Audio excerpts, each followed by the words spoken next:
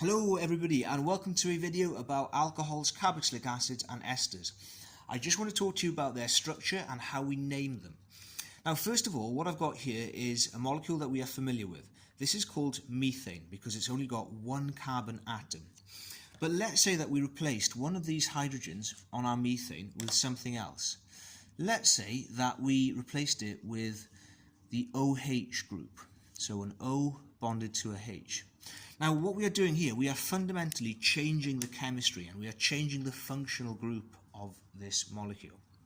What we've made here is an alcohol because this OH group here gives a molecule its alcohol characteristics. Okay, so we began with methane, but now we've made an alcohol based on methane and the name of that is methanol. Okay. And that's how we name all of our alcohols. We give an ol at the end. We keep the prefix the same as we did for the alkanes. So we count the number of carbons, that tells us the prefix. Then we add the ol bit at the end to tell us that it's an alcohol. So to give you an example, if I wanted to draw out butanol, remember butane had 1, 2, 3, 4 carbon atoms. But I want to make butanol, so I'm going to add the OH on first, and then every other bond is going to be made to hydrogen. By the way, when I'm drawing it out in full like this is called the displayed formula. And in the displayed formula, you are showing every single bond in the compound. Okay, so this would be my butanol. Okay, so that's alcohols covered. Next I want to talk about a different functional group called carboxylic acids. Carboxylic acids are slightly related to alcohol because they still have this OH group in there somewhere.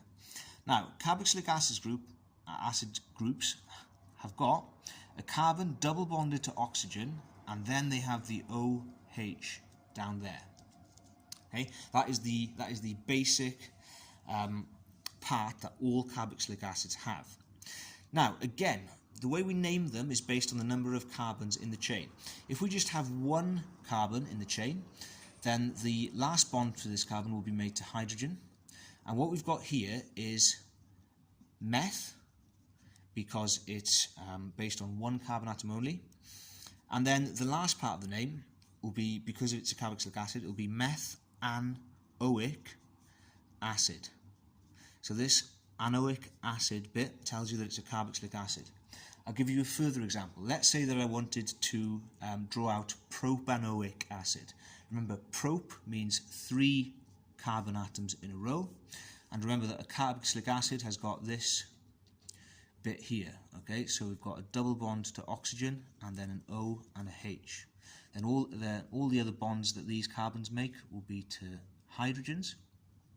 Okay. Therefore, this one here would be propanoic acid. The final group that I want to talk about is slightly different, a little bit more complicated, and that is the ester group. Okay, so I want to talk about esters. We only need to know about one particular ester. Okay, I'm just going to draw it out. So, in an ester group, you've got a little bit of alcohol and you've got a little bit of carboxylic acid.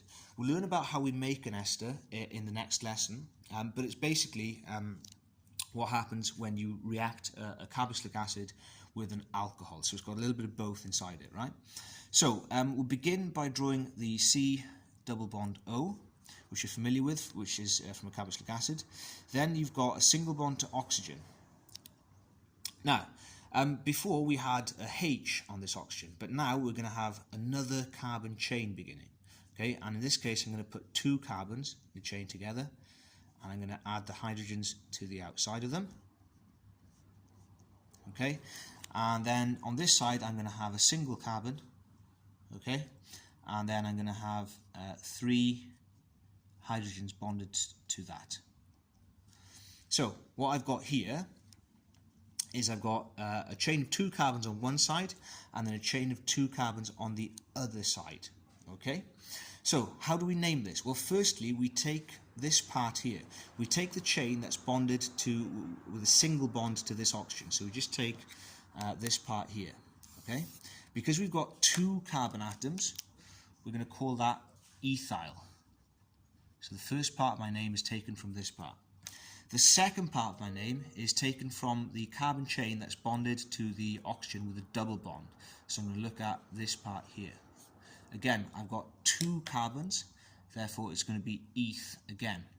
Now to finish it off, I'm going to add the suffix an-o-8. Okay, so all esters will be named in this way.